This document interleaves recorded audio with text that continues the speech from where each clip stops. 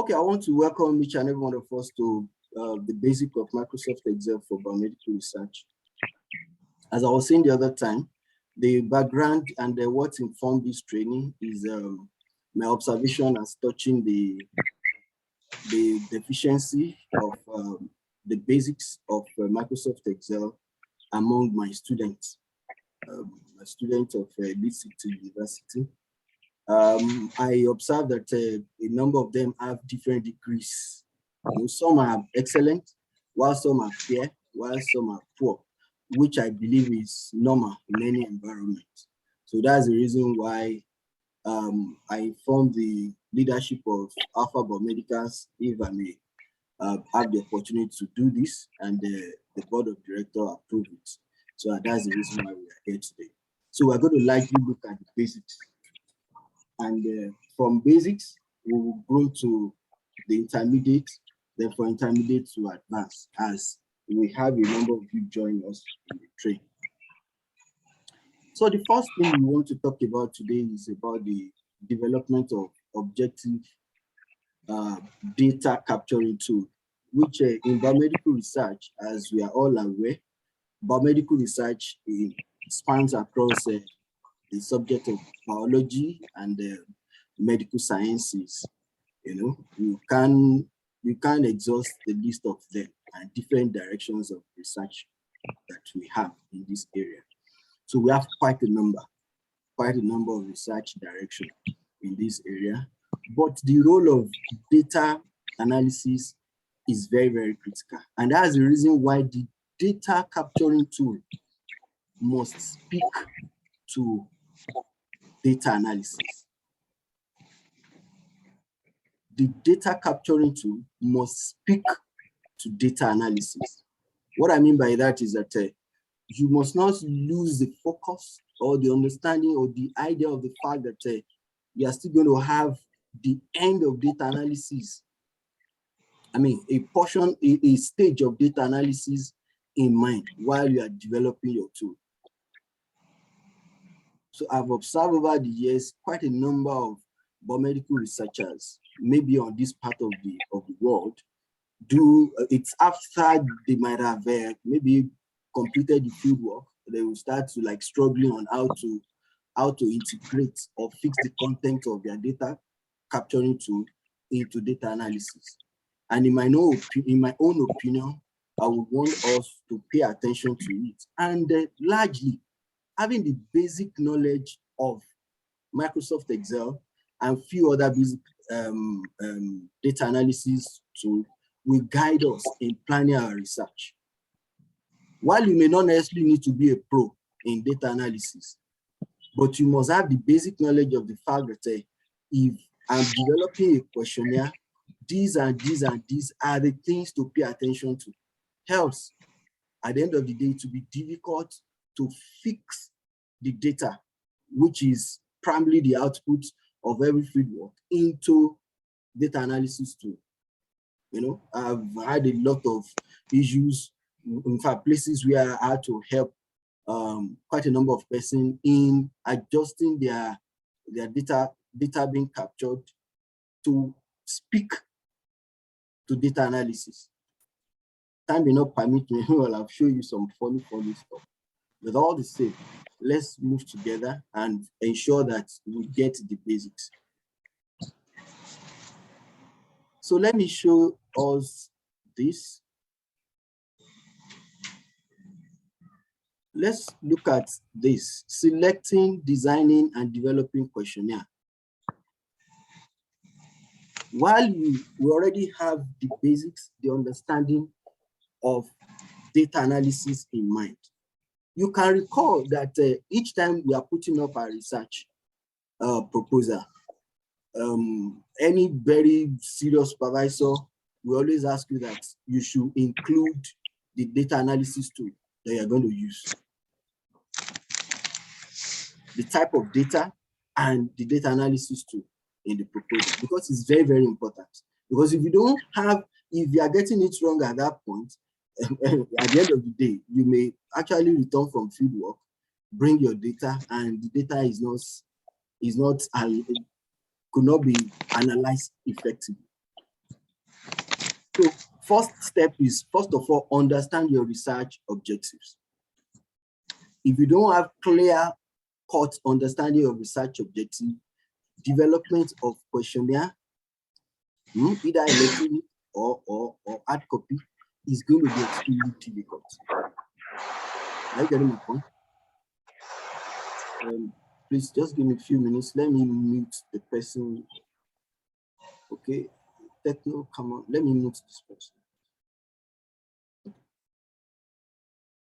Okay, as I was saying, if you don't have clear-cut research objectives, you are going to likely get it wrong when it comes to data analysis.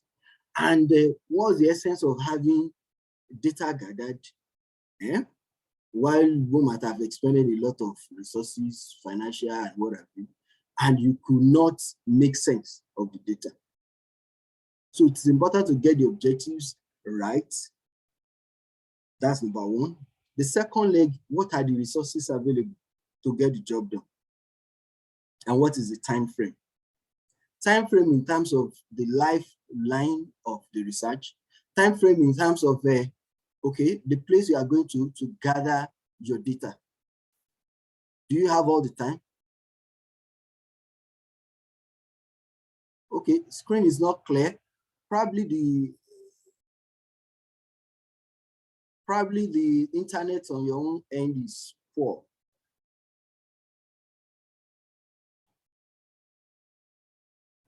Okay, please, if there is any issue, please, you can communicate with me via the chat box so that I will respond to it. Please, I want others to confirm whether the screen is okay or not, so that we won't lose the purpose of gathering. Because as I was saying, Dolakbo, you can unmute. What do you have to say?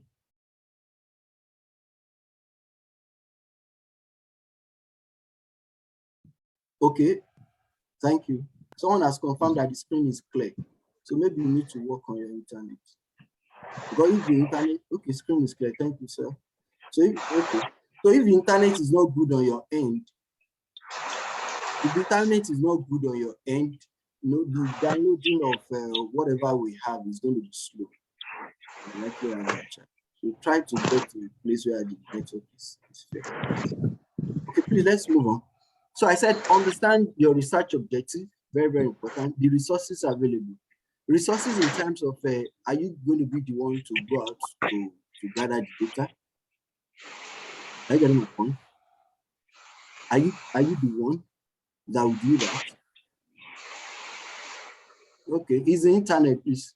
So let's see if it improves. Let's watch it for the next 2 minutes. Let's see if it improves. So, like for example, there was a time I led a research on toxoplasmosis among pregnant women in Ibadan. The questionnaire that we use at that time, we had to understand the fact that we are interacting with pregnant women.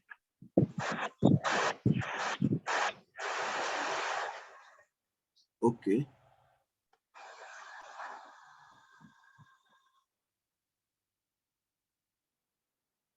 Because I want to activate the slideshow. So let's see if it's going to be better. Okay. So we understand that we need to get information, we need to administer the questionnaire among the pregnant women. And literally, large number of pregnant women don't have all the time to attend to plenty questions. You understand my point? So as a result of that, we need to ensure that the questionnaire we are putting together is not a lengthy question kind of a questionnaire. Because if we fail to do that, we are going to lose the purpose. You're going to lose it. It's going to affect quite a number of factors. So we must ensure that we have that one in place. Then secondly, I'm the one leading, but I won't be in all the facilities. So I ensure that the questionnaire we are developing is detailed enough to guide the respondents. So all those things are very, very, very important. Okay. Then secondly, how will the questionnaire be administered? place and person. I've talked about that one. Your subject is very, very important. Do they understand Yoruba? Do they understand Igbo language? Do you need to interpret, have a, translate from English language to local language? All those things are very, very important. I'm saying these things because of what? Because I've seen quite a number of deficiencies in the data being gathered on the field. That's the point where you start seeing a lot of missing values. When a particular respondent could not understand what the content of questionnaire is talking about. Then the next one was the question format. Are you starting from obtaining information about the demographics, following by objective 1, question around objective 1, question around objective 2? I've seen questionnaire being submitted for data analysis that where you could not, in fact, you could not differentiate where the demographic is. You could not attach the second block of questions to either objective 1 or objective 2. The person in question just, just develop the questionnaire according to his or her emotion. Those are the funny stuff. The next one, develop clear and simple question format. Is it open question? Is it closed question? I will show us the example of open and closed question in the next slide. For data analysis, running with closed question helps a lot. It helps a lot. Though I know there will be situations where open question will be needed. Open question is a situation where you ask a question, then your client will be the one to fill in whatever answer. I mean, your respondent will be the one to fill whatever answer. Like, for example, age. That's the reason why you see in some cases where they will need to block the ranges of ages. Whether are you between 15 and 20, click. In some other places, they will ask you, okay, write your age. Is it 15? Is it 20? Is it 3? Those are open ones. But the closed ones will say, are you between so, just tick. And they move on. So all these things are very, very important. You look at the nature of your research. If your research will warrant running with closed question, then you toe that line. Let me ask this question. Let's say, for example, your respondents are pregnant women. You need inputs about age, and you also need inputs about the gestational period. That is, how old is the pregnancy, is the fetus, something of that nature. Some can be closed, while some cannot be closed, depending on the objectives. If the objective of your research is speaking to trimester, you may need to block it. Okay, is your pregnancy between weeks 1 or 0 to 14, or from 15 to so, and what have you? Or there may be another type of research where you want that particular individual, the respondent, to specify how many weeks, specific weeks. Then when we come to data analysis, we may now be the one to block it to trimesters. So all those things you must understand in the course of developing questionnaire, because if you don't follow that protocol, like let's say, for example, somebody developed a questionnaire, he wanted to get the age of the fetus, and he just said, how old is your pregnancy? I kept it open. Someone entered in weeks, another person entered in months. And unfortunately, the respondent did not put weeks or months behind the figures. So someone wrote 2, another person wrote 20, another person wrote 30. When they brought the questionnaire to me, I was like, so how do we categorize this? I hope you are following what I'm trying to put across. So very, very important, especially for young researchers that need to pay attention to things that will eventually speak to data analysis positively. Then the next one, arrange the question flow. You need to block the questions. The first set of questions must be speaking to a related thing. And second block of questions must be to something related. And third block of questions must be speaking as such. Then correct typesetting. one of the students that shared the first draft of our questionnaire with me, for me to cross-check sometimes ago, I realized that a questionnaire that could take like, as in 12 font size, conveniently, that ought not to be more than 2 pages. What she presented to me was in about 5 pages. I was like, do you think your respondents, and unfortunately the respondents were active TB clients, do you think your respondents will have the time to go through 5 pages? So I had to guide her, okay, you box it like this, box it like this, do the typesetting. If you can't do it effectively, take it to people that can help you out. And eventually she was able to reduce it effectively to 2 pages. All those things are very, very important. Okay, then questionnaire evaluation and adjustment. So there is a process for pilot testing of your questionnaire, and it's on an average of about 10% of your total respondents, according to some literature. So you test it among them. So you look out for their response, and whatever lesson learned, because of testing your questionnaire as a tool, you adjust it so that at the end of the day, you can gather something constructive and objective. It's very, very important. Okay, let's move to the next one.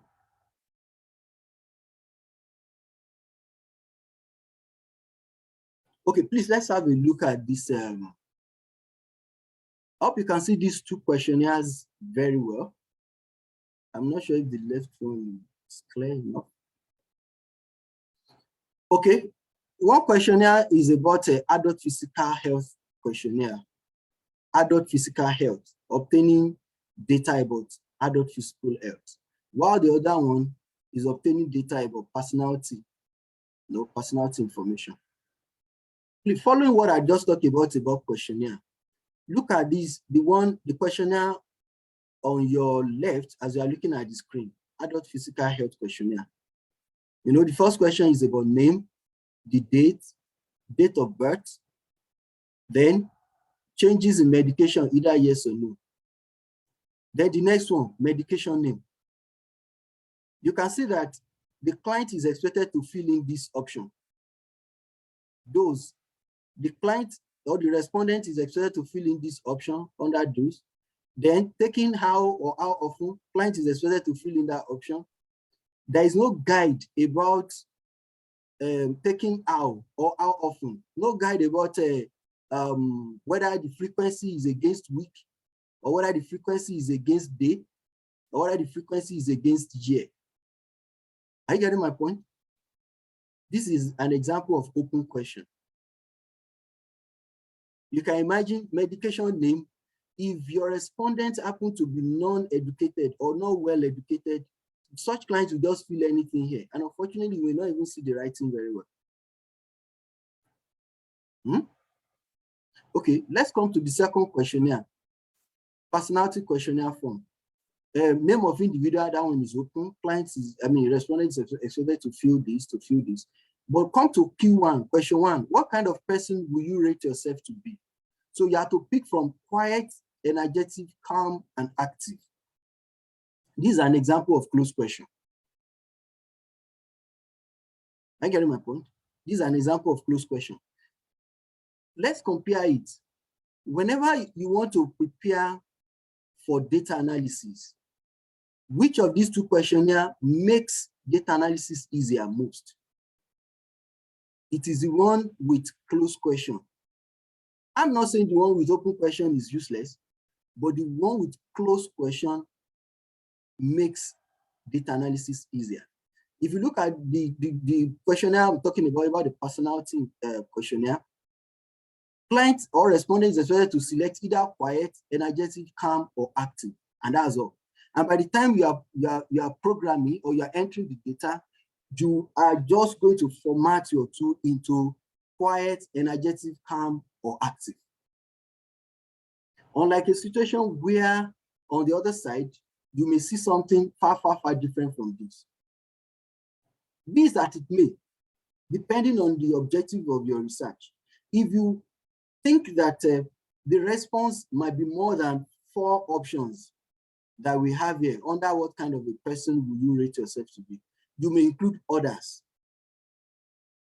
So let's say out of 100 respondents, let's say 20% of them feel others. You have solved a number of problems, because when you bring that order, the one that have orders, when you bring them back to data analysis, you need to list them as one of the options with which you are going to run the analysis. Because if you don't do that, then you'll be losing out. So it's better to have such a thing than to keep everything completely open.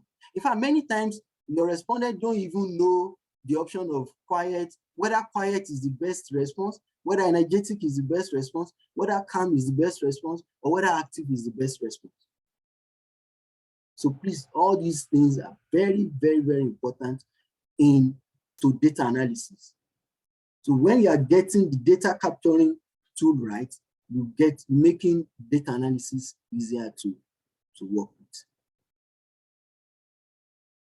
So the next one, data entry technique. So as far as Microsoft Excel is concerned, we are going to go through it, entering of text, value, dates, and formula. Then you're also expected to understand the functions under home menu. Immediately after this slide, we'll move to that. We'll first of all explore the functions under the home menu, so that get familiarized with it, because many times those functions help you to prepare a background for data entry that will facilitate easy and effective analysis. Then you're expected to format your column. If you go through okay, maybe when we get there, the specimen data document, Excel document that I shared with you on our WhatsApp page, if you go through it, you see there is a particular column that was not formatted, and you start to see different types of data in it. So we'll go through it when it's time. Okay, the fourth one, you are expected to practice each of the functions one after the other. Even after this class, you're expected to practice. Even in the class as you are going through, you're expected to practice.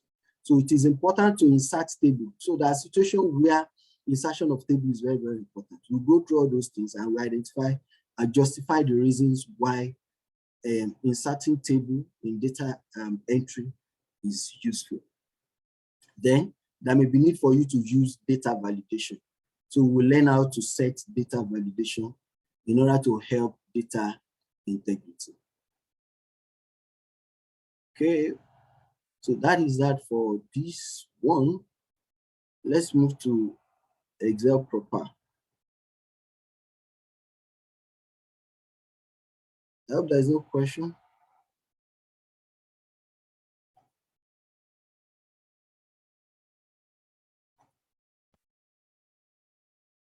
Okay.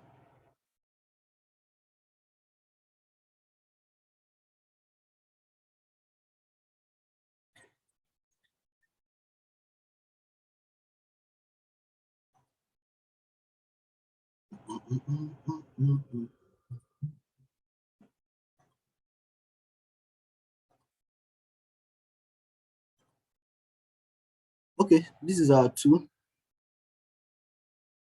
Please, I hope you can see my Excel spreadsheet.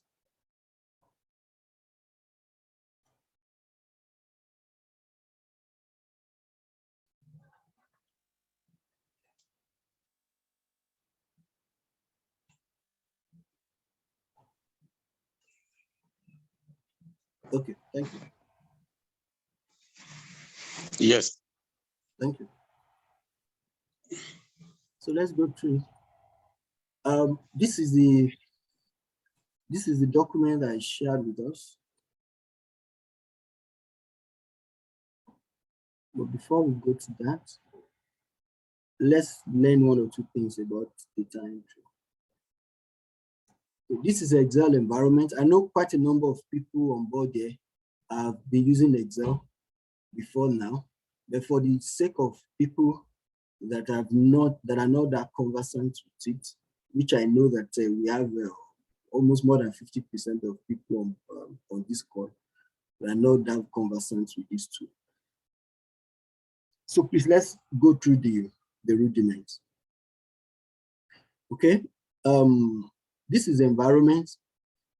We have cell here. If you look closely, there is a green border around this rectangle box. This is called a cell. And there is border around it because it is active. If I take my cursor to this place, the active cursor, please look at this place where my cursor is. We call it name box. It shows the address of the active cell. And why is it called G8? If you look at the column, is labeled G. And if you look at the row, is labeled 8. So any cell that has, every active cell has its address as the product of its column identity and the row identity. So that's the same way you can practice it, because I want to be sure that some of you have your laptop with you. So you can click on different cells and you see the address being displayed. Okay. Okay.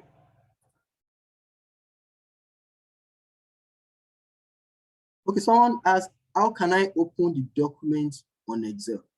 Okay, that's awesome. So on your laptop, click on Excel. Click on Excel application on the desktop. Just double click, or you right click, or okay.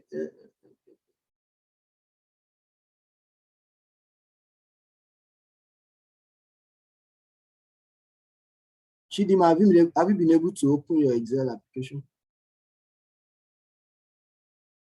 You just talk to me. Okay, awesome. Okay, after you have opened the application, you are going to have your spreadsheets like this.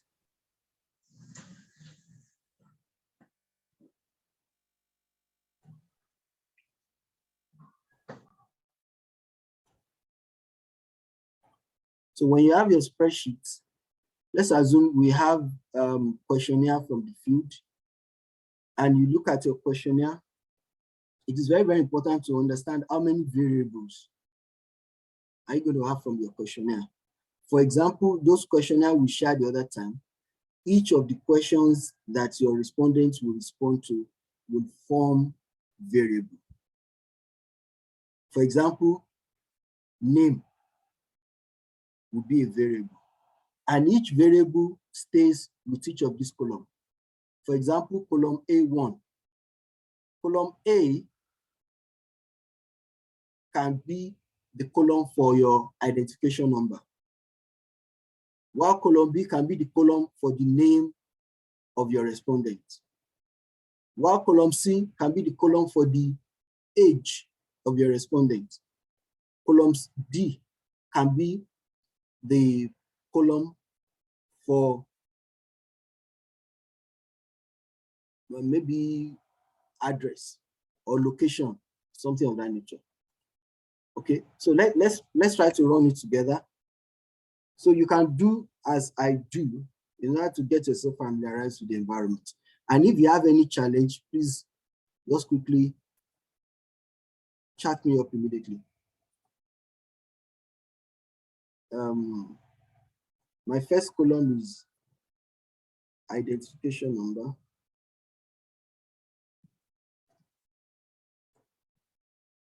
Identification number. Can you observe something? Identification number is longer than the size of this cell. I don't know if you have the same experience. The identification number that I type is longer than the size of this column A. So what do you do in order to make it easy for you to enter your value in column B? Can you see my cursor? Take the cursor to the space or the line in between column A and column B. If you can see the screen very well, you see something like a plus sign. Arrow showing one arrow to the direction of A and one arrow to the direction of B. Then you double click. Pam, pam. So when you do that, the column automatically adjusts to the required width of the whatever word you might have typed. The reason why I'm taking us through this is because I've also received data. I received data on Excel where after identification number is written here, because the identification number is so long up to column C, the next variable, the person entered sex under column D. Then move to column E. Column E is for, let me pick home address. Let's say it's home address. Home address. Home address is longer than column E, and the person moved to column G to enter the, let's say, age. You can see 4 variables. You know, identification number is a variable, sex is a variable, home address is a variable, age is a variable. 4 variables in how many columns? 1, 2, 3, 4, 5, 6, 7 columns. You can imagine how funny this analysis is going to look like. It's going to make it extremely difficult to manage such data. So I didn't mean that person has the knowledge of adjusting the width of column A, like double clicking like this. Pam, pam. She will have had column B to enter the next variable, which is sex. The same thing applies to home address. If you double click this, pam, pam, you will have had the next column to insert the value for the next variable. So all these are very, very critical things to pay attention to. Like what we do many times now is we ask for data analysis, we ask clients to enter their data on the Excel sheet, which literally helps them to, in a sense, get familiarized with the picture of their data. Because at the end of the day, after the data analysis using Excel, okay, sound is gone. Hello? Hello, we can hear you. Hello, okay. Can hear you clearly. Okay, thank you. Please, maybe anyone who cannot hear me may need to log out and log in again. Probably there's an issue with that. Okay, as I was saying, okay, thank you.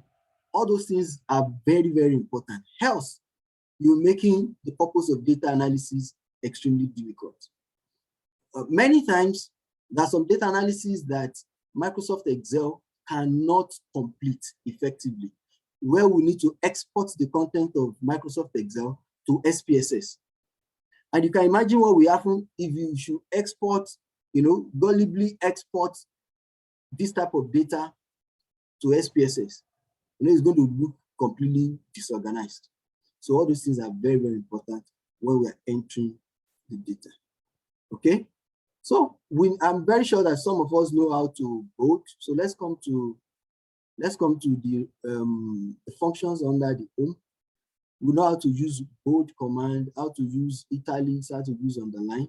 So let me just try one on one. Maybe a few of them. So perhaps you're a beginner. Please, I want to encourage you, ensure you try what I'm trying. And if I'm going too fast for you, kindly call my attention to that so that we ensure that you pick all the necessary information. Okay, so I want to bold identification number. I will highlight it just one click, then I will click on Control B. You can see it's darker now. If I want to italize sex, I'll just highlight it and I'll click on high on the ribbon, and you have the command implemented. Then this is another function. At each of the cell, you can adjust the border. This is, for example, this is a border. The four corner of a cell is considered to be a border. So you can make it thicker. You can see I've moved the cursor away from it. It remains thicker. Probably you want to express something more than, you want to express a particular value or a particular input or a particular data more than the other. You can do that. Just highlight it. You come to the options there. Is that you want to remove the border, or the border, tick under only the bottom, or tick on the top or on the border. You click accordingly and you have the output. The same way you can also color the border.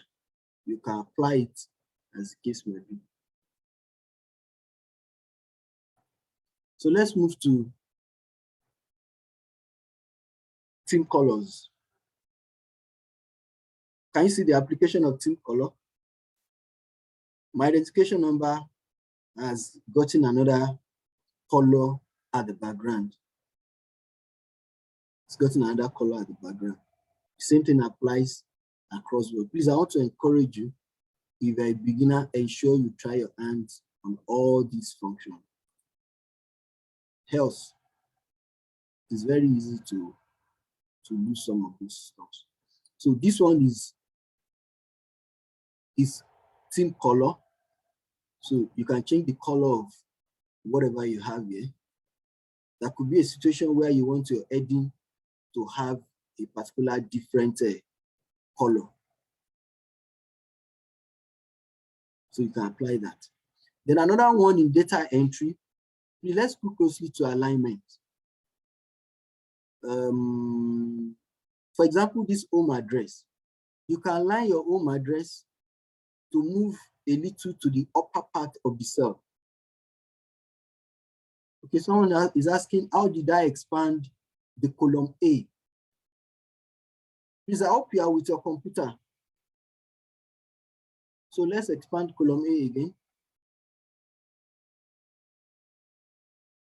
Okay, let me try it on column H, identification number.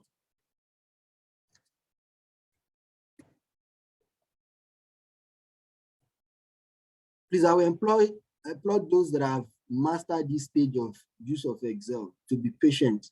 So we'll move to some deeper aspects in a few minutes. So let's try as much as possible to carry as many as possible along.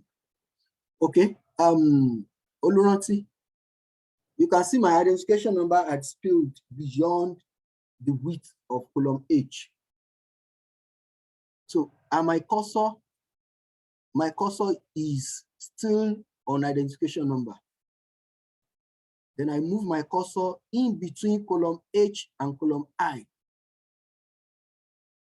You can see a sign, something like a cross, that black color. So whenever I have that, I will click twice. Can you try that? And let me know if you have been able to do yours.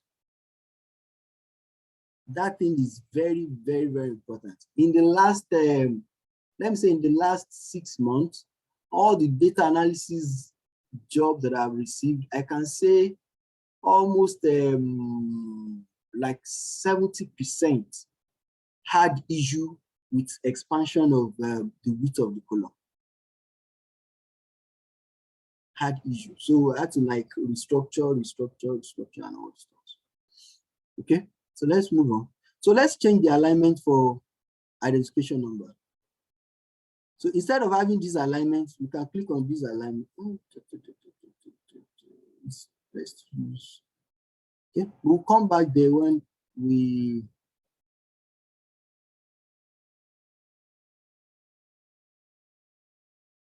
Okay. So you can adjust the alignment if you pick this particular bottom alignment, your data will set to under, let me do something.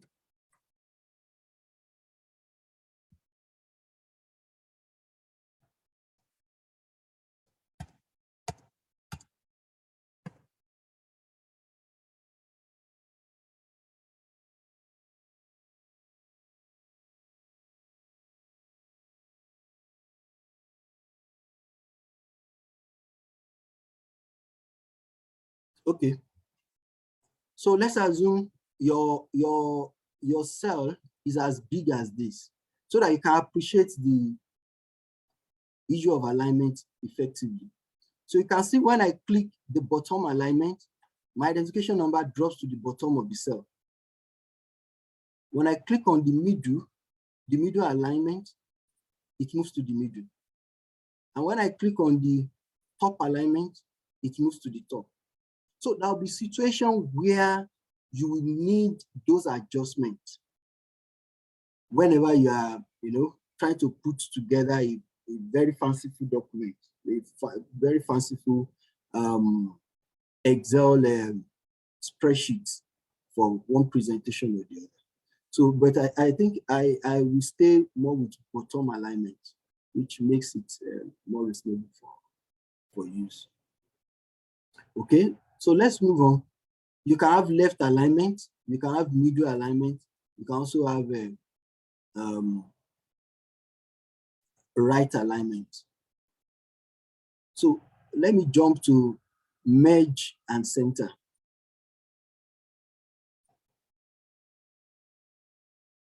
I want to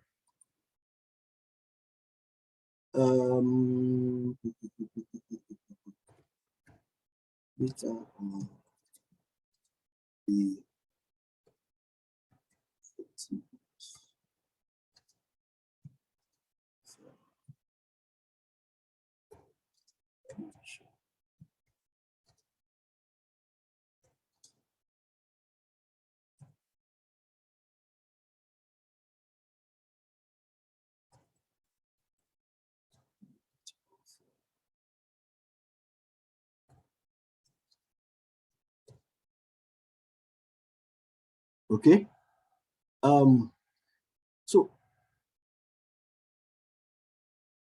this is like the title of my data. Let me move it to the first. Let me move it to, let's assume I want to create a title for my. So,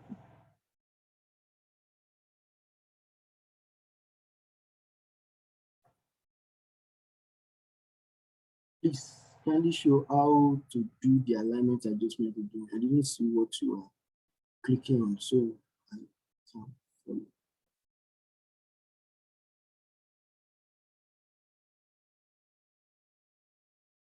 Just give me a few minutes, please.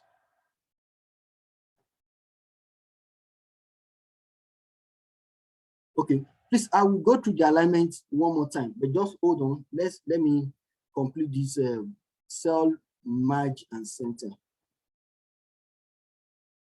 Okay, please, quickly, let's see what I want to do now. I've started entering my data, but I forgot to create title. Okay, thank you. I forgot to create title. So, and I want to insert a row ahead of my data,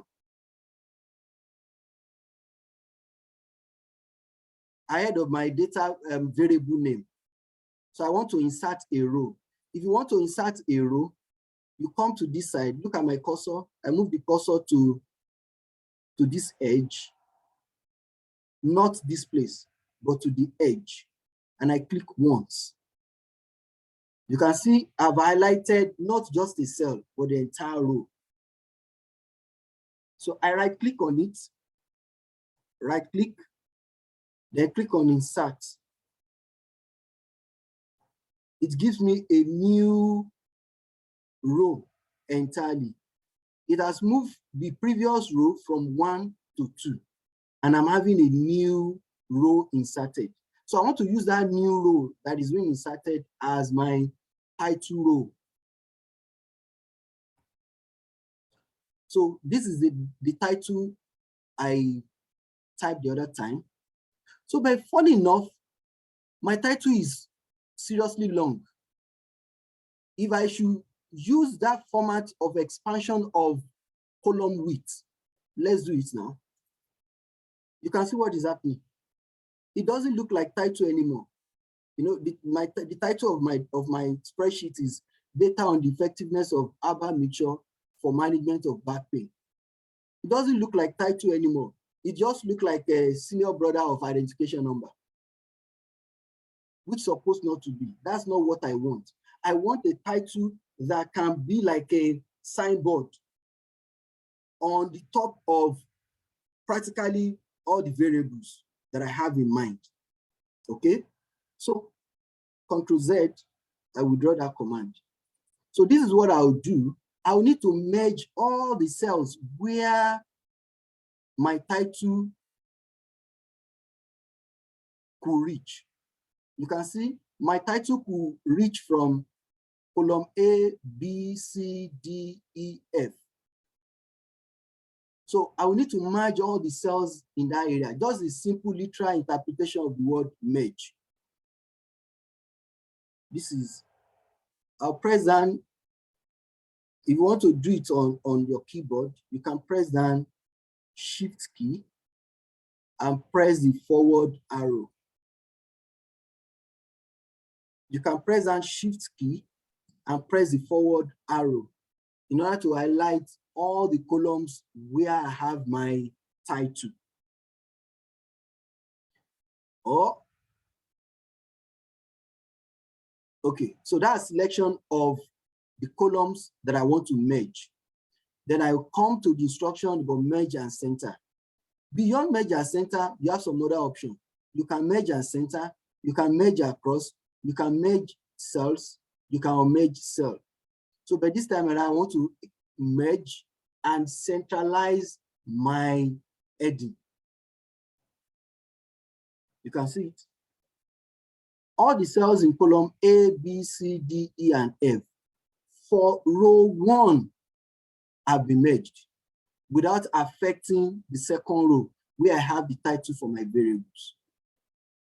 Because I encourage you to practice it. In the same vein,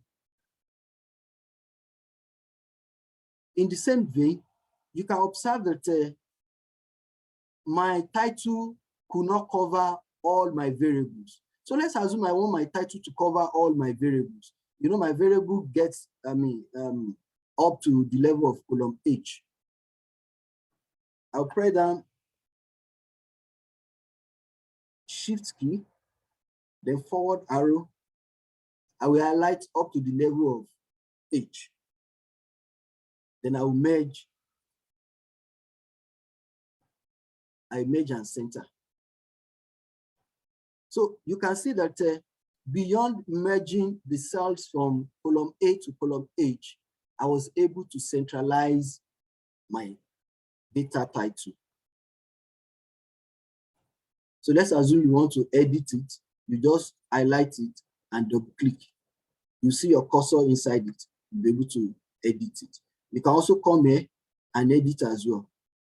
This information pane and do your editing as well. So as it's been centralized, you can do some little work on it. Let's assume you want your team to be like color green. But color green is the predominant color for data for Alpha Biomedicals. So let's make it green. I want to make it bold. What other thing can we do? We want to change the color to gold. So gold is the second color for Alpha Biomedicals. So something like this. Then you start to enter the data. So we've successfully went through number 1, how to type, increase the width of the column, how to edit bold italics, then how to merge and center, then the bottom, center, and the up alignment. Okay, someone did not get the merge and center. Okay, please let's run a little. You get it in the video. Or in the course of the training, I will create another course for merge and center so that we can pick it from there. Okay, next one is formatting. So let's go through formatting. So like I said, under the data in preparation of your spreadsheet for data entry, that it is very, very important that you format your columns. Okay. So I want to format, let's assume this column is for date. This column is for date. This column is for age.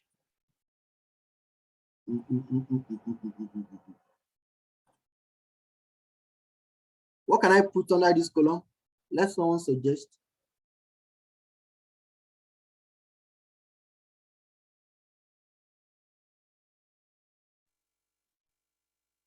Marital status.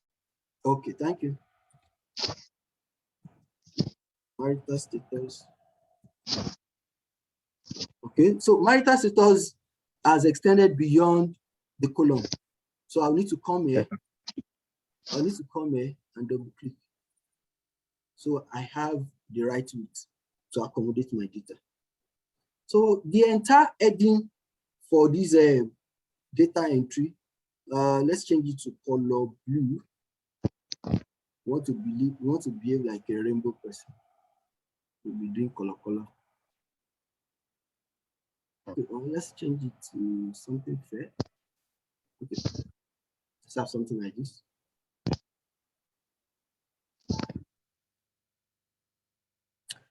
Okay.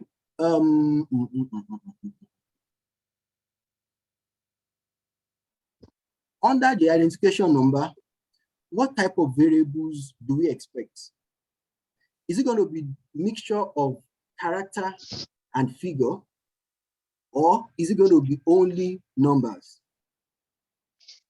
There's some identification number that we say, which I've received before. Let's say group 1 for treatment is AB1, AB2, BC4, and another one can be, wow.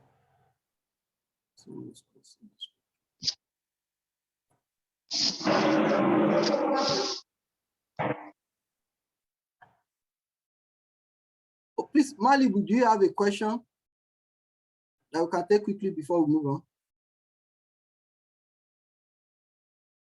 I can see your hand up.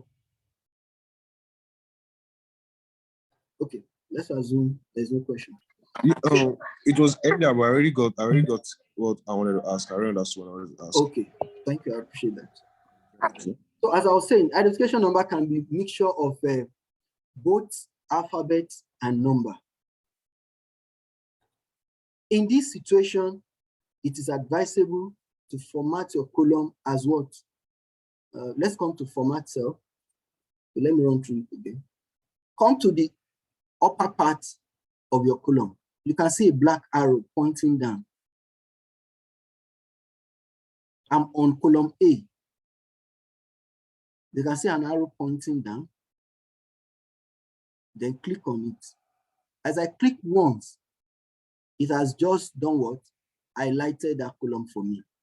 I want us to learn something. Then I right click. Then the following options have been presented. Use pull down menu. So I want to click on format cells.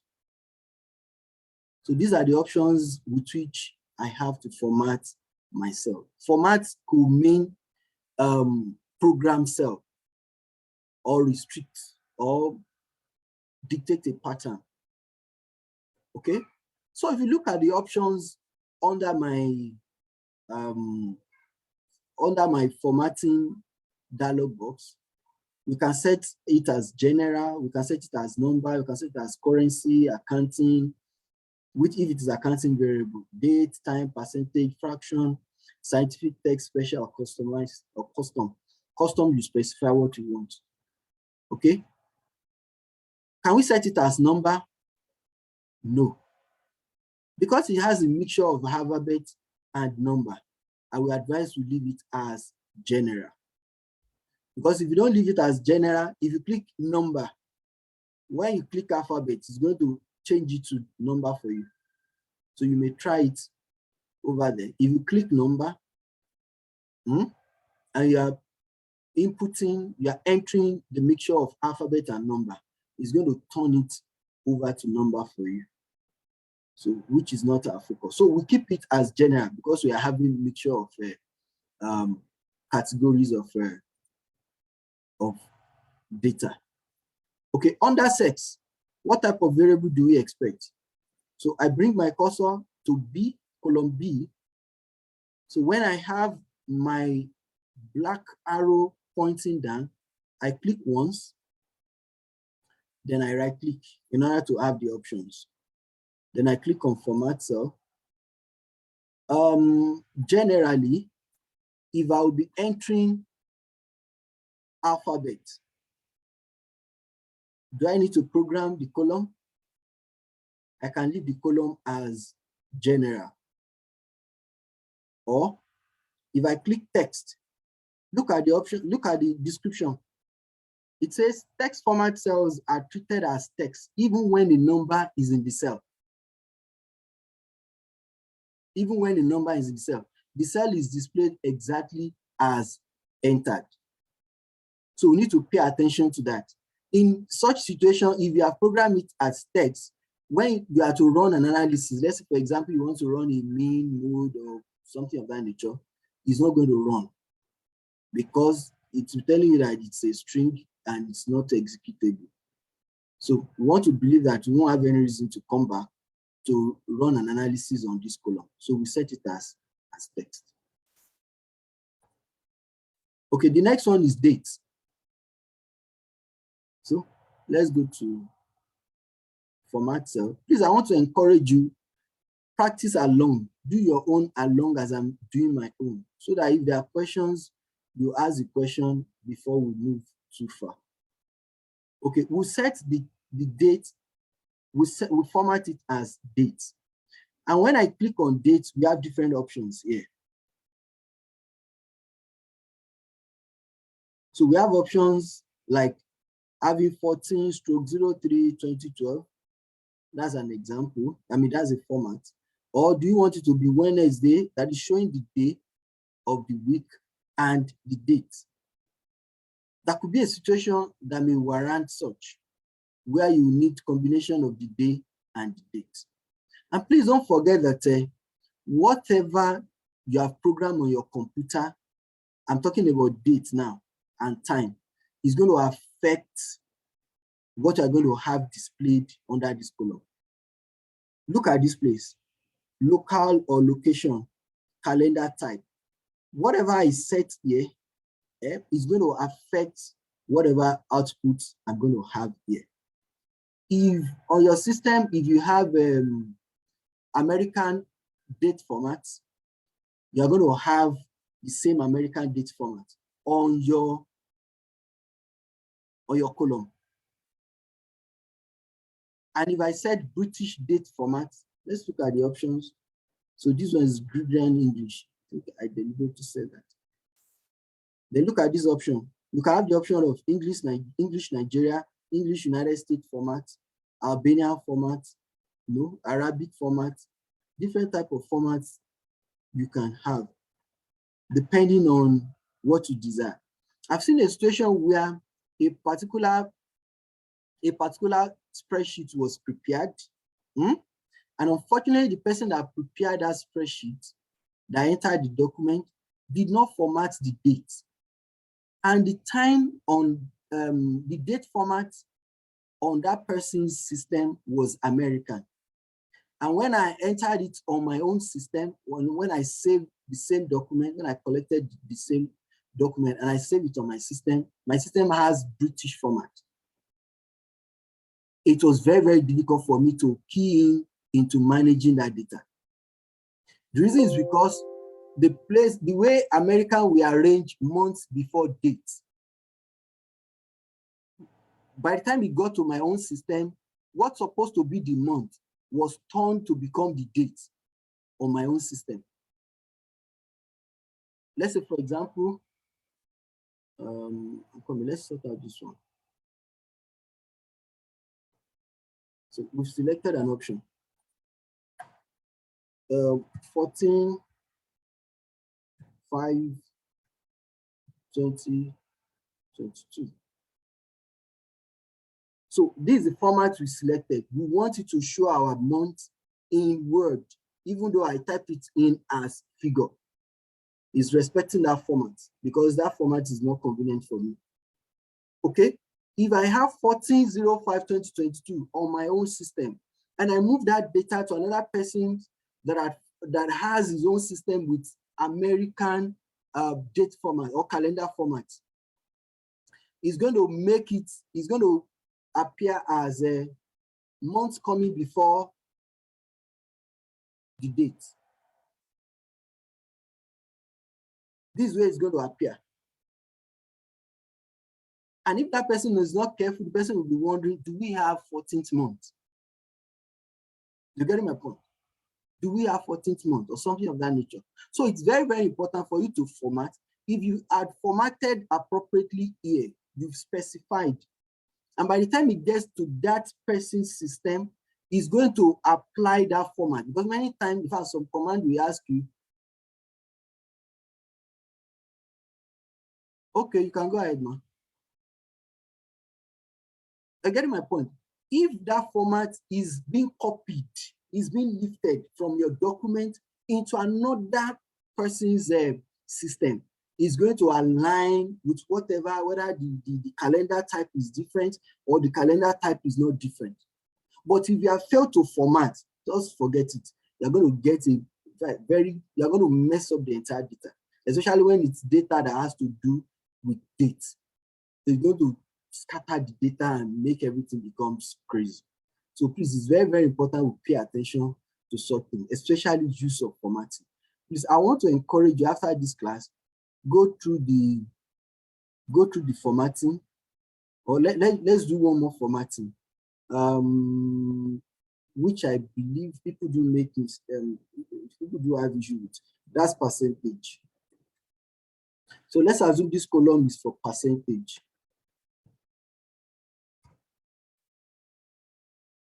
Okay.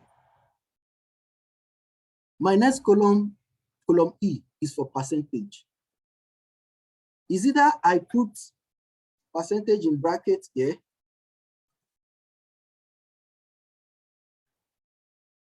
or anytime I'm okay, look at my data now. 23, after typing 23, I'll press Shift key down and I type %. Or because I have my percentage at the title, I can enter just 23 and I remove %. Okay, it's already picking the format.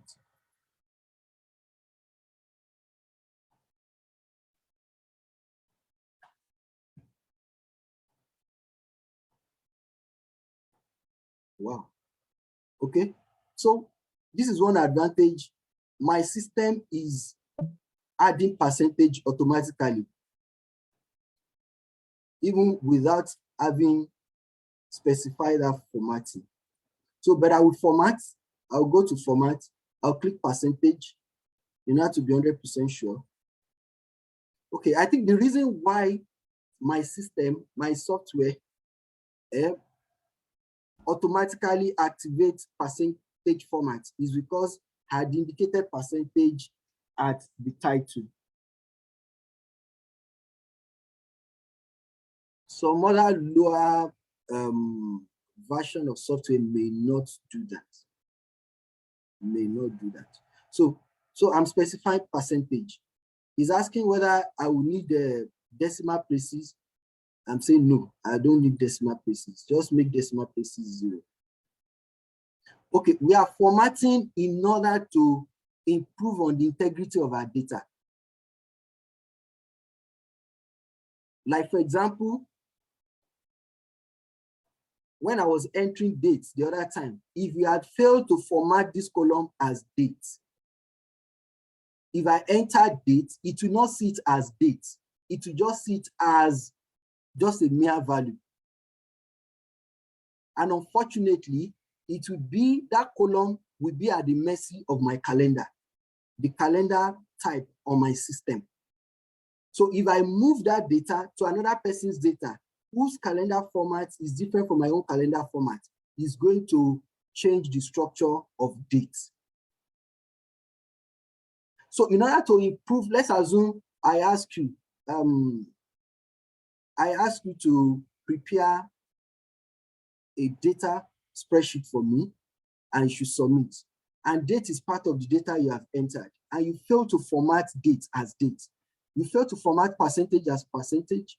You fail to format, a number of critical stuff like that.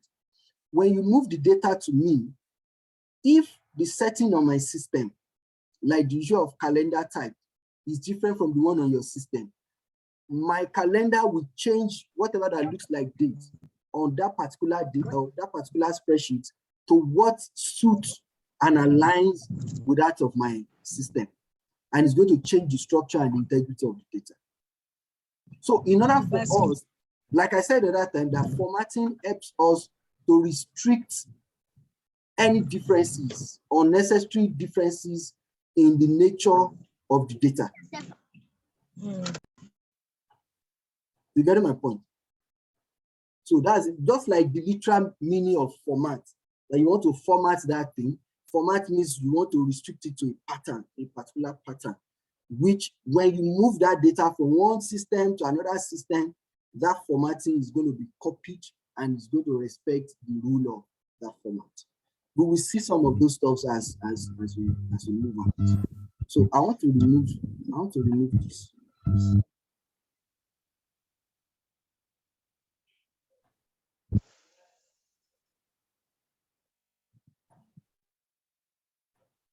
Okay.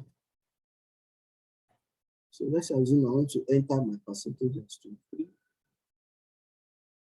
So automatically, any data that I'm entering is going to have percentage for me automatically. So I'll just say 14, I move on. 12, automatically percentage is coming up because I'd already formatted it as percentage. So it automatically had the sign, the percentage sign, automatically had it for me because I'd already formatted it as percentage. So we will still apply it in another situation. Then another one I want us to look at is, so please, the same thing applies here. You can format a column as that you want as a financial figure. Let's assume you want system to be adding dollar to all the entries. So let's format this column as income.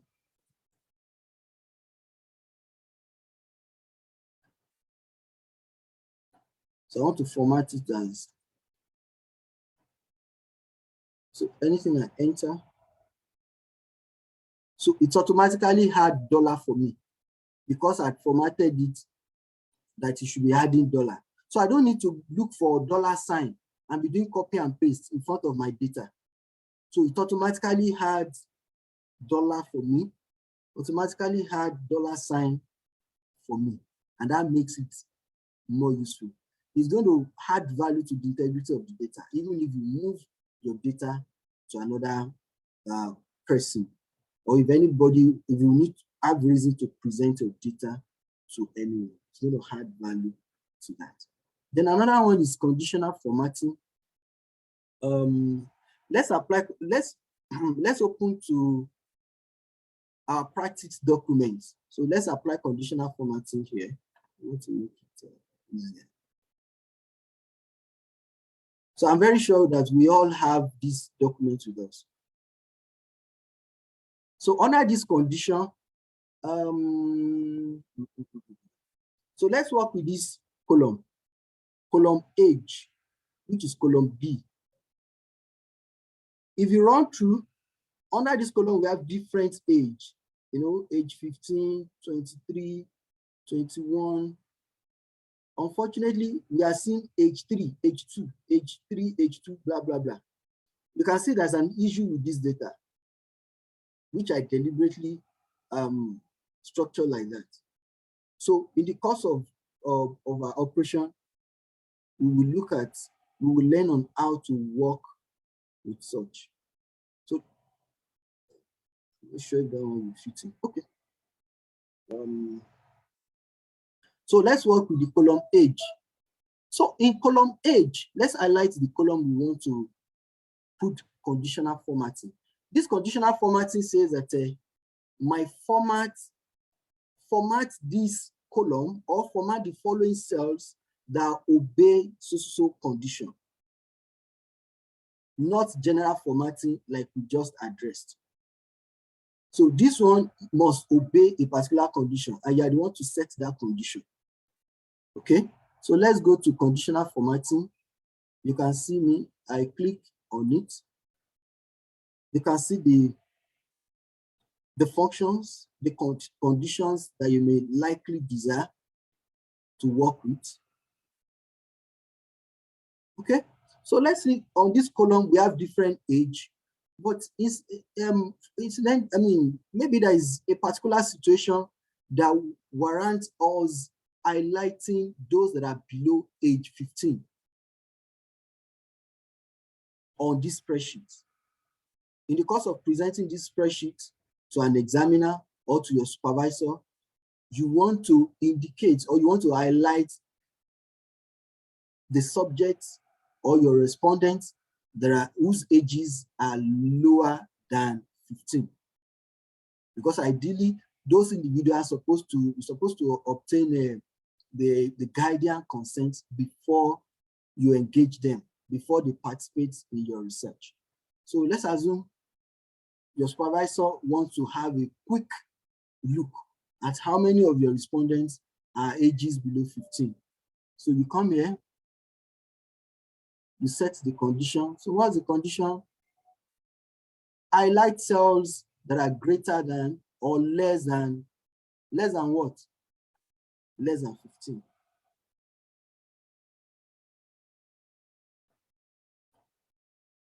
Please, I will take that one again. Okay, I will take conditional formatting again. Come to this place, column B, highlight the column. Then go to the ribbon, the functions under home. Click on conditional formatting. I see different options. So different options says highlight cells. So these are the options under highlight cells rules. We want it to highlight cells that are lesser than 15. So I will click on less than, then I will specify 15. You can see it has provided a dialog box for me, excuse me, to specify my boundary. The instruction reads that format cells that are less than what? Less than 15. How do you want it to appear? Should it appear with light red field with dark red text? Or let's look at the possible options. Do I want it to appear with red text or with red border? Or do I want it to be yellow field with dark yellow text? So let's say we want it to appear with red border. So I'll click OK. So let's scroll down. So you can see a number of them showing red border around those values that are less than 15. So easily when your supervisor, or maybe you are the supervisor, you want to quickly go through whether there are respondents whose ages are less than 15. You can quickly come and see, okay. These ones are less than 15. These ones are less than 15. There's another one that is empty. It's considered less than 15. That's the reason it's having red border. Okay, these are other ones.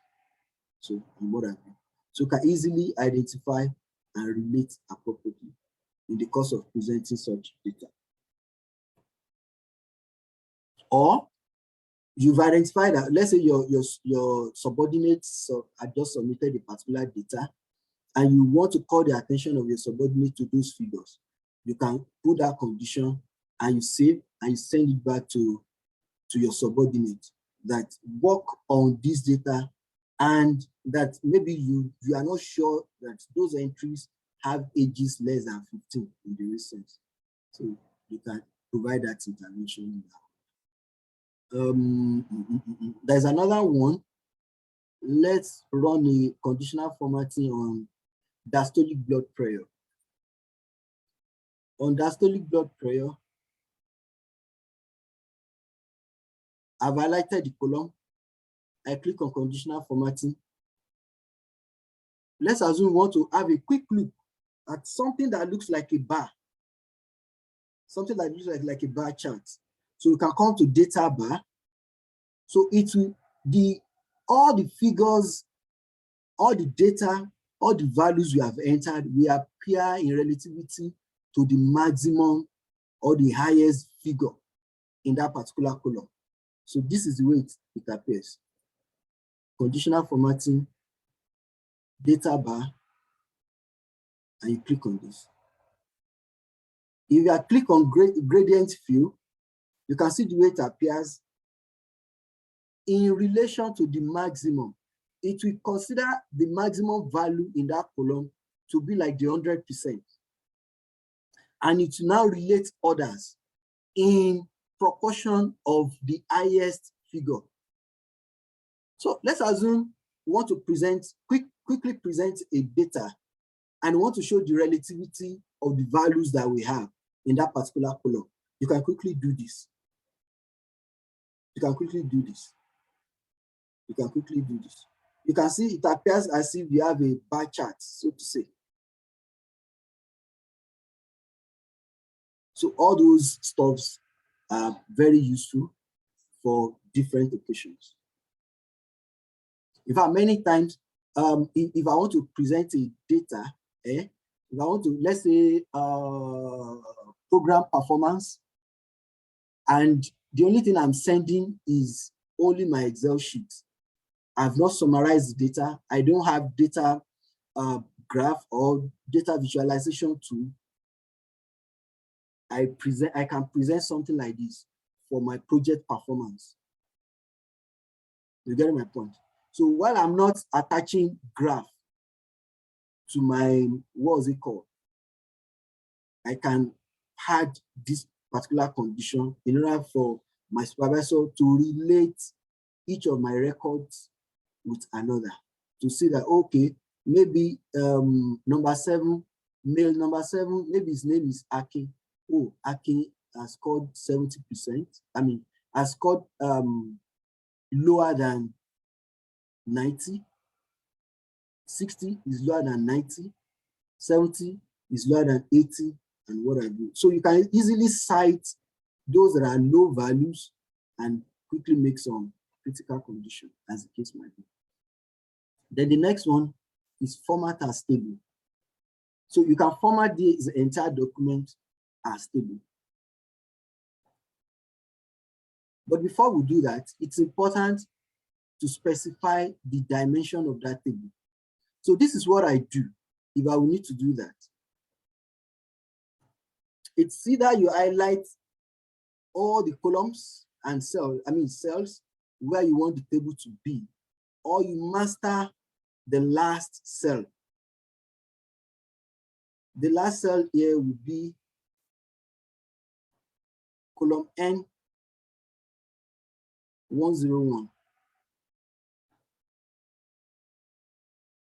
N101, that's my last cell. So let me insert table, or let me format this entire document as table. These are different options about the type of table that we can have. So which table do you think we can select? So let's assume I always like this type of table. So after I click that, it's asking me a question. It says, create table. Where is the data for your table? The data for my table is at cell A1. This is cell A1. This is cell A1 at the gender up to cell P101. And it's also asking another question. Are the tables, do you care to have headers, that is variable titles in your table? And I say yes. That's the reason why this box is checked. If I click OK, you can see it's changing. That's just changed it has converted my text to table. Let me undo this command. I want you to take note of something. If you look at the variables heading, you can see something like this small triangle here, this small triangle here, this small triangle here, this small triangle here. Do we observe that they are not in the previous data pattern? So I will undo the command now.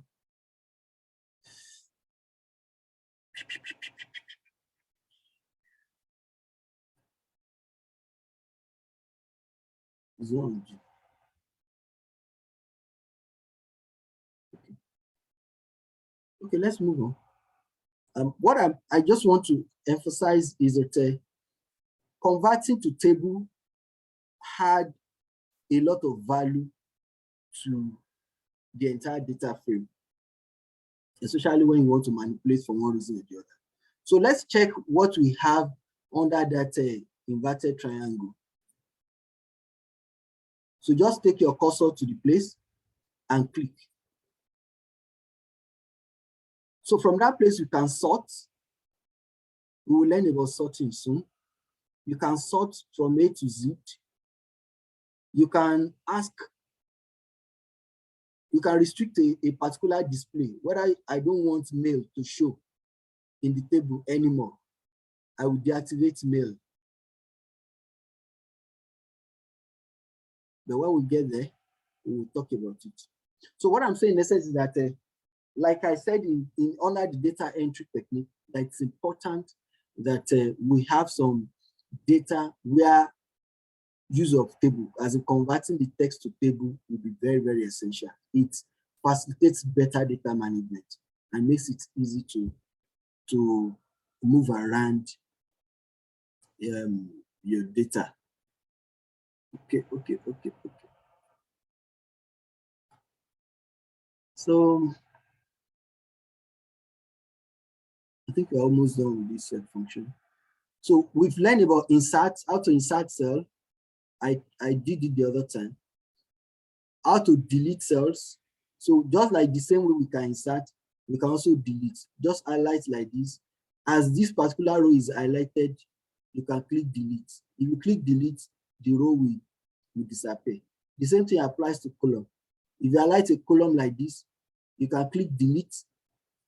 It's going to ask delete the cells, delete the columns, or delete the entire sheet. You can delete as the case may be. Then another one, format, row height, auto row height, and what have you. So this is a particular row. You can adjust the size of this row. Let's adjust the size of this row. We want to increase the height of that particular row. Instead of 12.75, we want to increase it to, let's increase it to 18. You can see that the row of, the height of the row has been adjusted. Okay, let me check. Question. It's getting complicated already. Can we stop here? Okay. This is 5:30. Let's try as much as possible to take a little more. So I want us to complete this reading. Dr. Paul. I have a question. Okay, is that Dr. Paul? No, Mr. Nnamdi. Okay, Mr. Nnamdi, please ask a question. I want, if I have a list now, like names of a persons 1 to 30 or 20, not bad, but how do I convert it to a table? Okay, just like what we did the other time, you will come to the first cell A1. Put your cursor. No, so there's already maybe it's in just in Mac. It's already is in MS Word. No, But not MS Word. I want to put it in a table, either normal table or Excel table. Okay, you want to move a text from Microsoft Word to Excel. Numbered 1 to 10 or 1 to 20. Is it possible? Okay. I've never done that before. Okay, sir. Okay, sir. Okay, sir. But I thought that number can help. One other thing I have done before, sometimes I had a table in Microsoft Word, and I started copying that table column by column and pasting it on Microsoft Excel column by column. Okay. Okay. Okay. Thank you, sir. But many times, okay, it's possible. So Clinton is confirming that you can have a text in Microsoft Word. Okay. Not in table format, Abi. No, like I have something I'm trying to do. I have a list of universities. So I have their list now. I want to move it into a table or without typing one again, just into a table so that I can, for easy glance, and then I can put other information. But I don't have that time to begin to type one into that. I just have the names in serial number. You have them in serial number. Yes, sir. Okay. If it's a situation where you can copy them straight line, you can copy and come and paste in Excel. Okay. Okay. Okay. So what I will advise you do is that immediately after this class, make a trial. Try to copy, select all the list and the numbers, and open an Excel document and paste it there. You can chat with me on WhatsApp whether it's successful or not. Or you screenshot and send it to me. Okay, sir. Like one thing I've learned, about using Microsoft Office is that you will never say that something is not possible. The more problem you have, or the more problem you have solved, the better you become. All right. So let's try it. If it works, in case you're unable to get it, you can share the document with me if it's something not extremely confidential, and we'll try it together. It's not confidential at all, no. Okay, so we'll try it together. So don't let us block our mind towards exploring possibility. So at least 2 persons have said that it's possible. So the only one that I've personally done was to copy a table in Microsoft Word and paste it on Excel. And it was successful. Okay. Okay, that's awesome. I'm very sure we are learning something new as a people.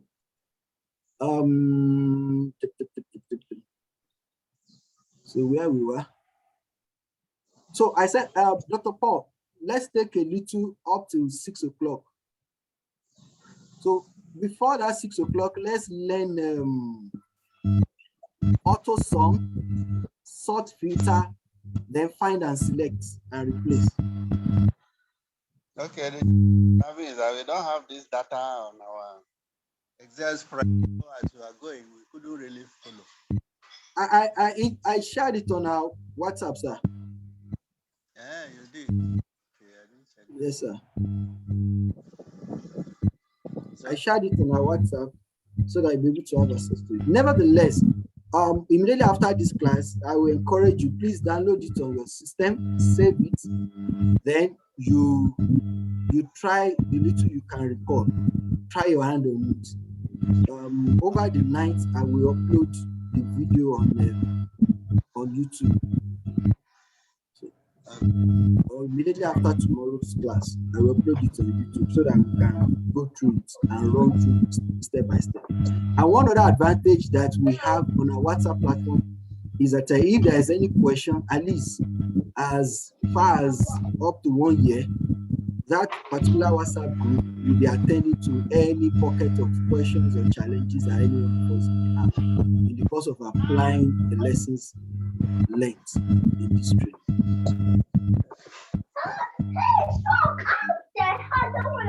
Okay, someone is asking a question. For the less than conditional formatting, is there a way to automatically count the result? E.g., to know the number of cells less than 60. Yes, it's possible. It's possible. So, but let's get there. When we do sorting, I will show you something under sorting.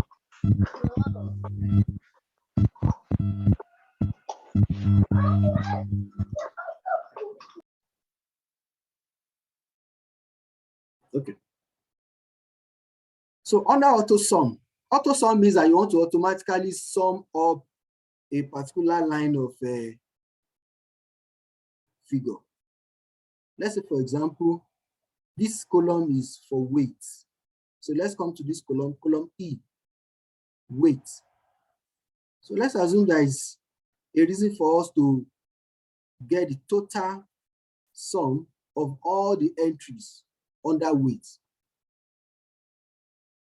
We'll bring our cursor here. We'll click on the cell where we want the overall result to be. And we'll come to AutoSum. Automatically, you can see the result pop up. So the total sum of weight of all our respondents is 6,419. So let's assume we want to have total sum of, let's move to another column H, that has systolic blood pressure. Let's assume instead of carrying calculator and be typing 110 plus 130 plus 110, 120, blah, blah, blah, you can just come down here, click on the last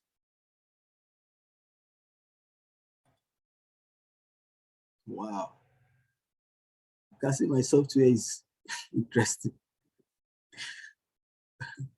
Okay, this. Okay, I know, I'm not sure if everybody will have this.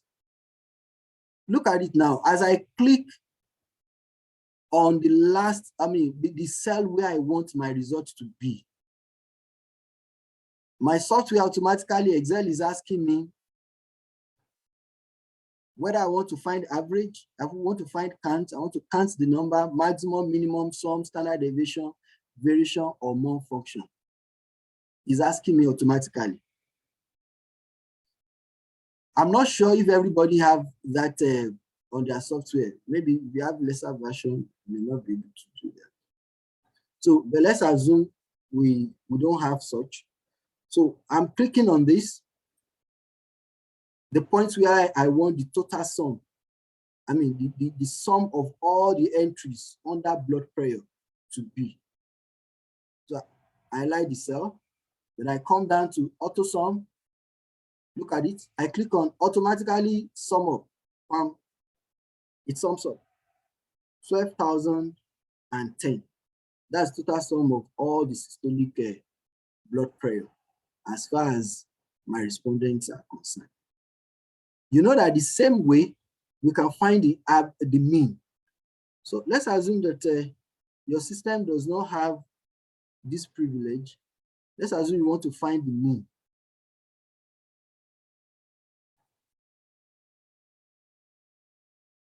No, let's wait. We'll leave that one to when we get to calculation of central tendency. So let's not jump. Let's not jump. But all those stuff are seriously possible. Another one, we can do fill. So let's do a quick fill. Okay, let me move to the blank sheet. Okay, let's assume I have okay, there's something I want us to do. If you look at this sheet that I share with us, you can observe it does not have identification number. It has gender, age, religion, ethnicity, weight, and blah, blah, blah. But all our clients, the respondents here, does not have identification number, which is a very, very bad work. You get my point? It's a very, very bad work. So, and let's assume that You call your client, say, young man, the data you gave me, there is no identification number. And you know, if there is no identification number, how will you differentiate the client? And the young man tells you that, oh, no, sorry, I entered them according to the identification, that I only use the identification number of Excel spreadsheets. You know, Excel spreadsheet has the row 1, row 2, row 3, 4, 5, blah, blah, blah. But if such individual will be using this, that means that the client that is 001 will be missing, which is presenting a wrong picture of the entire data. So what I always advise, because I've seen this situation before, that's the reason why I share this this data with us. So it is very wrong for you to have a data that where your respondent does not have identification number. And when you're entering such cell, you don't use the identification number or the row number of Microsoft Excel. It's going to be completely wrong. But that's what young man told me. He said, I said, where on earth do you do that? I said, that means that you are changing a client respondent number 1, you are automatically changing it to respondent number 2 on the spreadsheet. You understand what I'm talking about? So in that case, let's insert a column for identification number for our clients. So I want everybody to do this. So you click on the column because you want the column that is going to have the identification number to appear beside gender. It's always advisable to have the identification number as the first column. It's always advisable so that you take your data management from that in that order. You right click and you click insert. So it shifts the existing column and it has created a new column named column A. It has shifted the one that was previously A to B. And see, fun enough, it's not covered with table. So how do you manipulate it?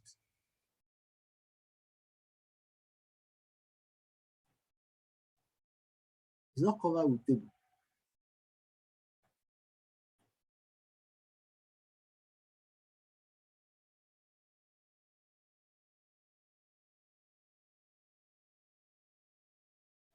Excuse me, 1 minute, please.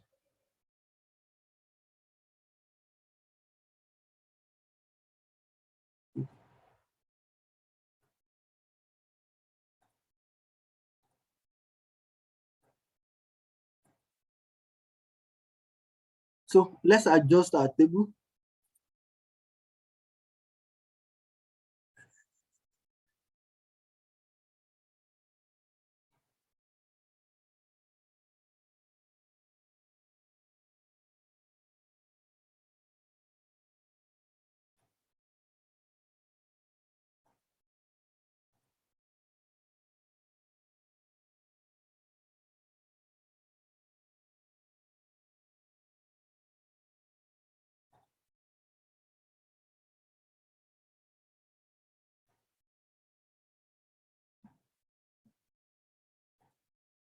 Okay, it's not working.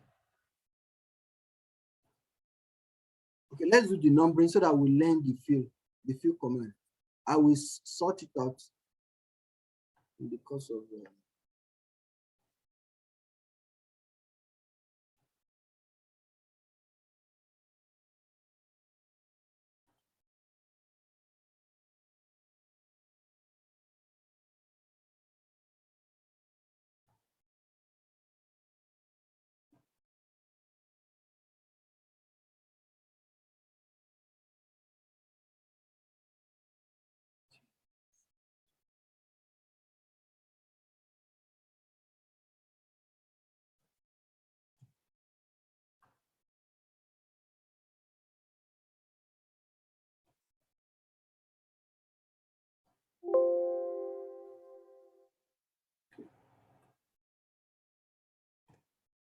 trying to do a manipulation that.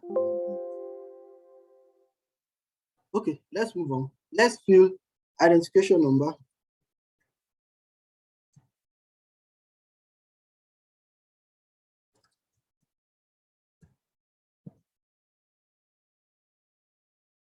So we can recall the other time we said that if you want to increase the width of your column, you just come to the space in between, the line in between A and B column, and double click.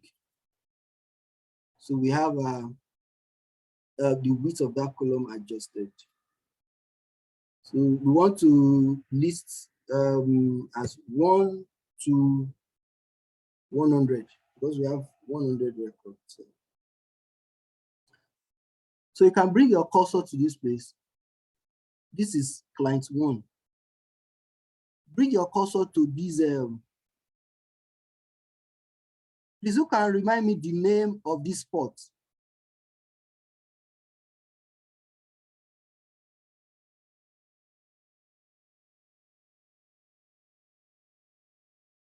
Hello? A2. Yes, I know the name of the cell is A2, but if you look at the cell, there's a particular button. There's one tiny button here.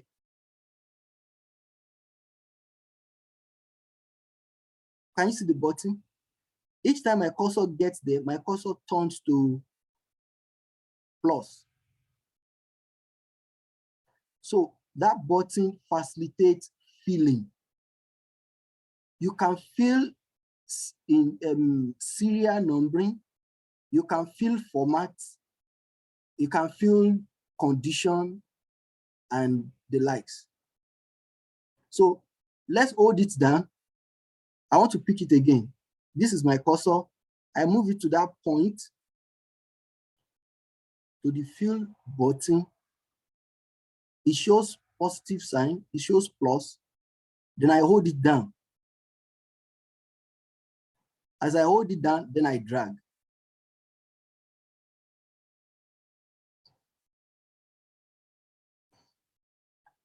What does it give me? It's duplicating, it's repeating the number 1111111. But I want it to list numbers 1 to 100. I don't want it to be repeating 1. Then there is a dialog box here that will ask me whether I want another option for filling. I click on it and I say fill series, not copy cells. You can see the options here. It says, do you want me to copy the cells? That is the first cell that has number 1. I don't want you to copy the cell. Do you want me to fill series? Series means that it's going to list 1, 2, 3 in that series, in the series of numbering, in the serial order.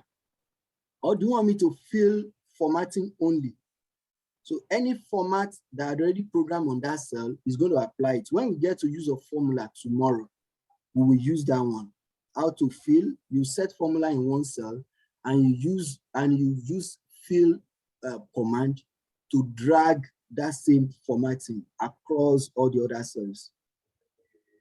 Or do you want me to fill without formatting, or you want me to flash fill? Then in this case, we want it to fill in the serial order of numbering. So I will click fill series. You can see it has adjusted itself, filling numbers 1 to 16. So because I'm going to 100, I'll go back to that fill button. I'd already changed the condition for the fill button now. I've changed it to fill series, not copy cell. So as I'm dragging, as I'm filling, it's going to fill all the subsequent cells in serial order. So I'll drag it down up to the last record. So this is the last record. So we have numbering from 1 down to 100. This fill command makes it easy for us to fill whatever serial number we want to fill without need to type 1, 2, 3, blah, blah, blah, all over again. So please practice it. It's one of the critical information. Please practice it. Try to fill, just type 1 here. Then come to this fill button. Hold it down and drag down. Just drag maybe like 2-3 cells to know whether the previous command was copy of the previous cell.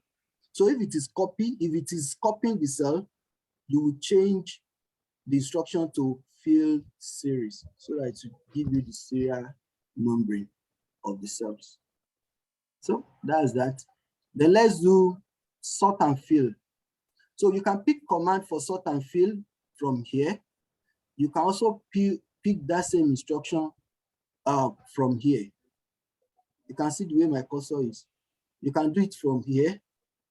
If you do it from here, you can see the instruction sort from smallest to largest, sort from largest to smallest. Or you pick the one that you want to show, you uncheck whatever you don't want here so that you can have what you want. Or you can come to this command on the ribbon here. When you click it, it asks whether you want to sort from smallest figure to largest figure, or sort from largest figure to smallest figure, or you want to filter. The difference between sort and filter is that sort is going to arrange your data in a particular order, while filter is going to sieve out a specific group of data or pattern of data that you may desire. Okay, so let's try the two. So probably we'll be able to appreciate it. Let's try it on column gender. A variable gender, we want to sort male. We want male, we want it to sort from, which one comes first? F for female, M for male. F comes first. So if you are sorting from A to Z, if you are sorting from A to Z, it's going to, F will come first. All the F in the entire row, in the entire column, all the F will come up, while all the male will go down. That is after the last female. So let's try a hand on that. So I just highlight the column now. Then I click the down arrow here. Then I say sort from A to Z. If I say sort from A to Z, female will come first. But if I say sort from Z to A, male will come first. So because of the general belief of the fact that ladies first, so let's allow female to come first. So sort A to Z. So we can see our record has been adjusted. All the female record comes first.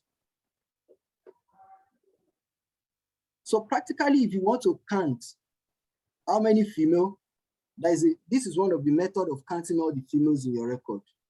You can select the first cell that has female. You can hold down the shift key and just press the down arrow.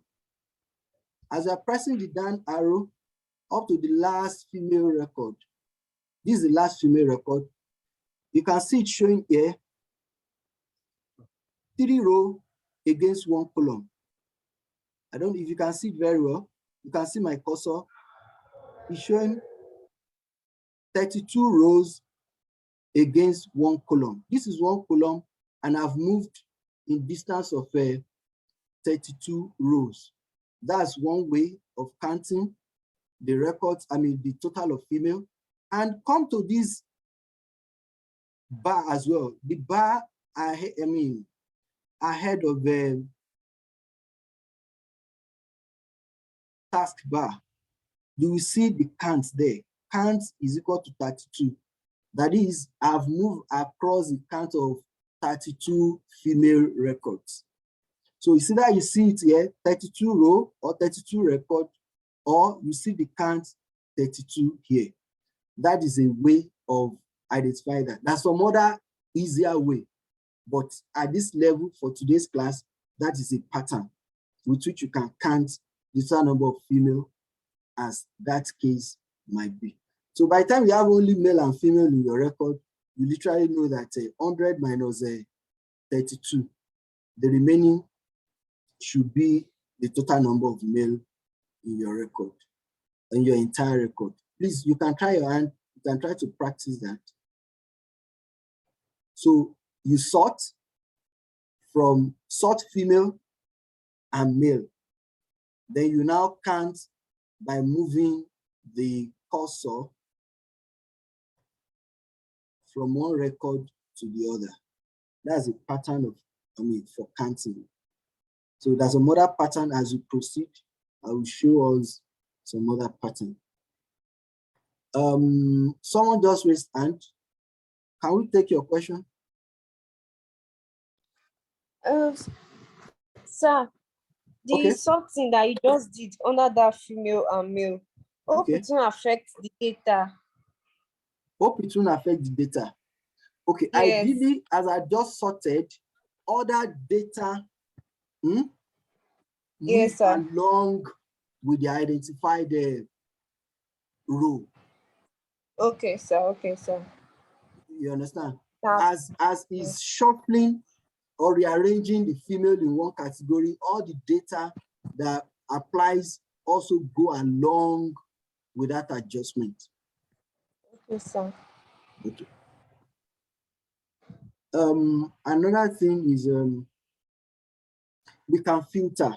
So let's try to filter. Okay, let's return that command. Ctrl Z. So I've applied Ctrl Z. You can see that everything has returned to normal. So you can try your hand on it. You realize that all other records will go along with whatever you are sorting. So I've returned to where we were before we sorted. David, I hope I've been able to answer your question.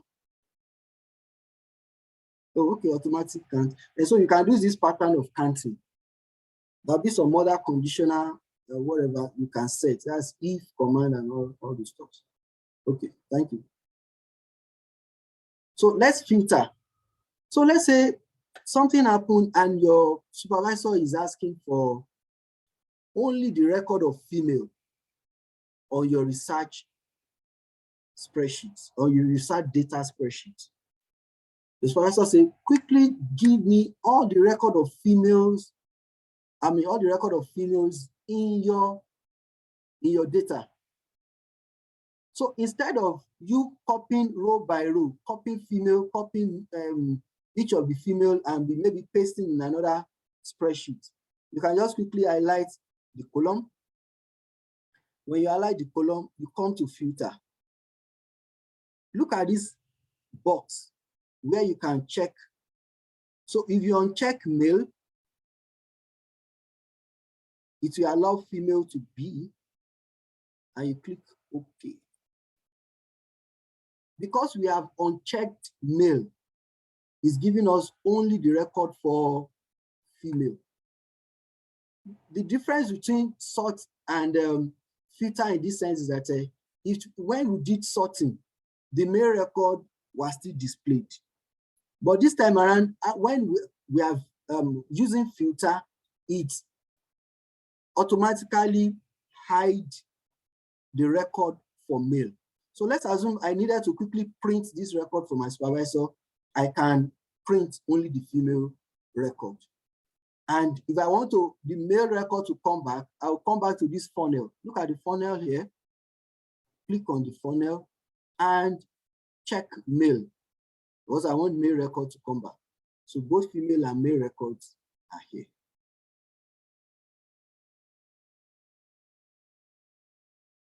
So you can try that.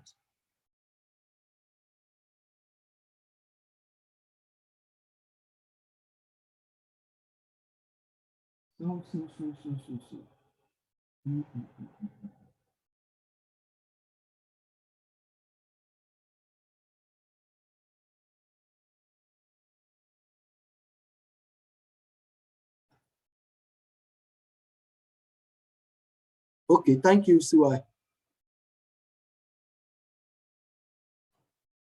So the last one, which is find and select. One useful, there's formula here, there's conditional formatting, there is go to. When we have big data, you can go to from one particular cell to so cell. Data validation, we'll do data validation tomorrow. Or if you don't mind, maybe you can take like 10 minutes to do that today before we go. But there's one thing I want us to learn here, that's replace. Sometimes ago, I instructed people that wanted to give me the job of data analysis. I instructed them to code their data themselves. Code in the sense that instead of typing male, female, I told them to type 1 for male and 2 for female. They will only need to open another spreadsheet and indicate the definition of those codes. That one makes it easier for me to connect that data to export that data on SPSS. So that's the reason why you are seeing here under religion, column religion, you can see 22112110. So each of these stuffs represents a particular data. So in such situation, there must be data dictionary. So after you might have had this, you open the next sheet and you indicate, let's say for example, we want to show the dictionary for religion. And religion, we have 2, 2, 1, and 0. So there are 3 different types of religion. So let's open the sheet for data dictionary, religion. These are data dictionary. Under religion, 0 stands for traditional, 1 stands for Islam, 2 stands for Christianity. Okay, this is dictionary for this particular column religion. So if you are sending, let's assume I'm the one working on your data, and you send this data to me, 2211, it is faster to enter 2211 rather than typing Christianity, Islam, traditional. So that's the reason I always advise that. But in addition to that, there must be dictionary. So when I get to dictionary, I know what 0 means under religion, I know what 1 means, and I know what 2 means. But let's say something happens and I want to, like, let's assume that I couldn't give you an instruction that you should code. And you are submitting your data like this, like we have gender under column B. You know, under column B, we have male, female, blah, blah, blah. So when I receive that data and I want to change male to 1, and I want to change female to 2. So instead of typing 1, 1, 1, 1, then move to female, type 2, move to male, type 1, and what have you. That very short command with which you can replace all the male with 1 and replace all the female with 2. So, but first of all, let's set the dictionary, but that's what guides us. So gender, 1 stands for what? For male. 2 stands for female. For people that export data from Excel to SPSS, this makes it very, very, this command makes it easier. So we want to change all the male to 1 and all the female to 2. So let's come to replace command. So under find and select, we click replace. Okay, excuse me. Let me highlight the column first because we want the instruction to cut across the column. So I've highlighted the column. I go to this command, find and select. I select replace. So, and I want to instruct Excel, find male on this column. And wherever you find male, replace it with what? What do you replace it with? 1. I want to click replace.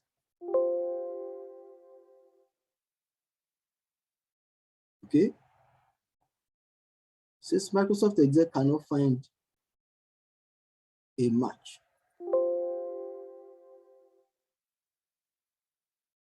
Wow. Good. Can you see what happened? It changed the male in female. It changed it to FE1 and changed all the male to 1.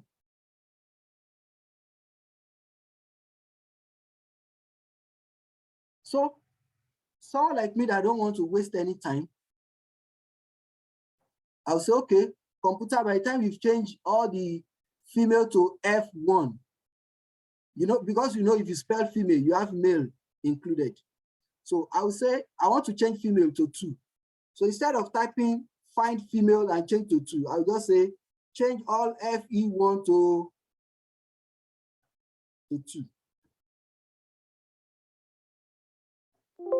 Replace all.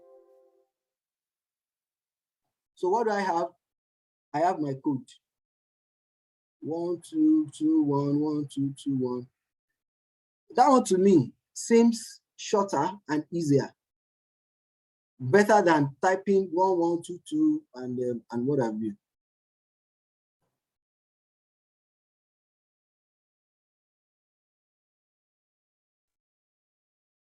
Yes, Chidima, the document I share with you on WhatsApp is the same document I'm using. You can download it on your Excel and practice all that I'm doing.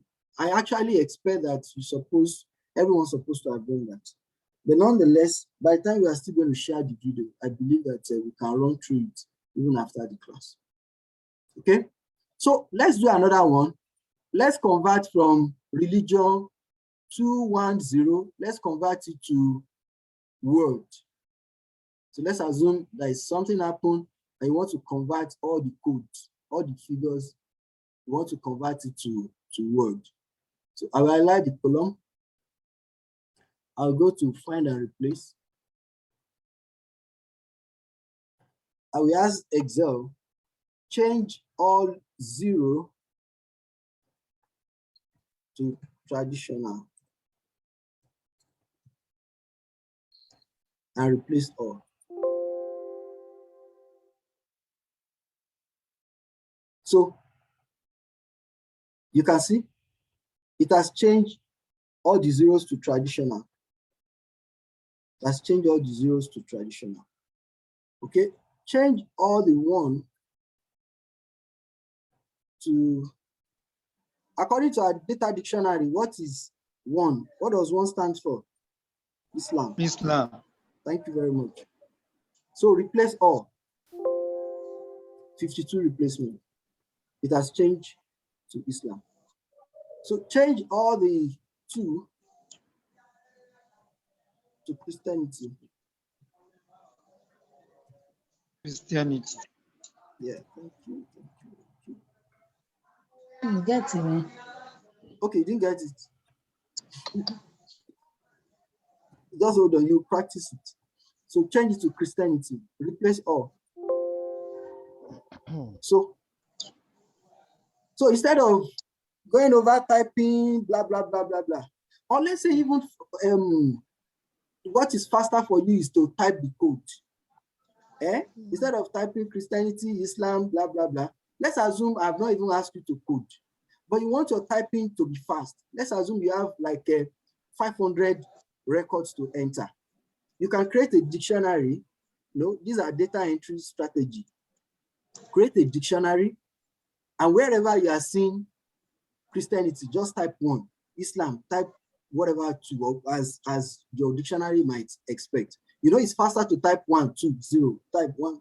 It's easier to do that. And at the end of, while you have completed your data entry, you come to replace and say replace all 1 with this, replace all 0 with this, and you are done. So in shorter period of time, you will have your record enter. And I want to believe that it's easier. Actually, I always like to do something easy.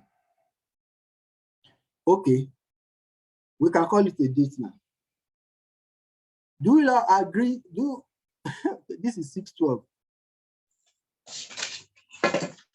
So we have successfully talked about questionnaire. We have talked about data entry strategy and techniques. We have talked about development of data dictionary.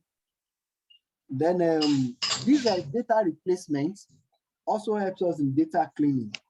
It helps in data cleaning. There's a way you can replace, okay, maybe tomorrow we'll just do a little of data cleaning. Then tomorrow we start on data validation.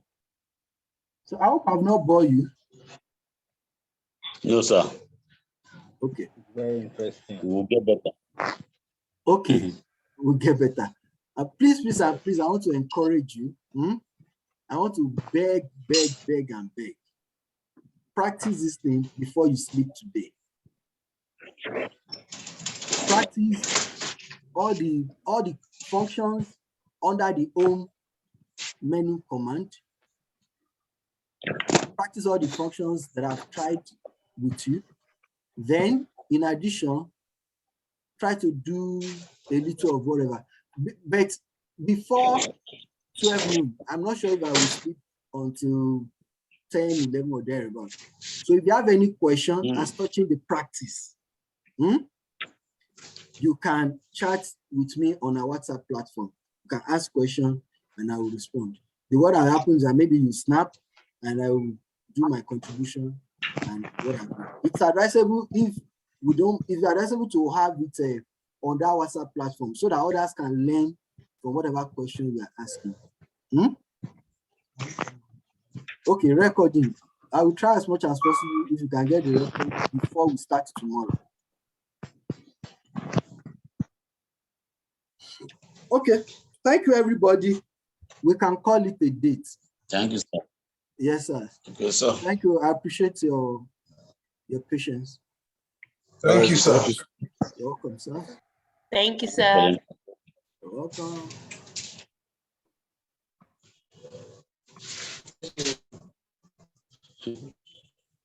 Oh, the this spot.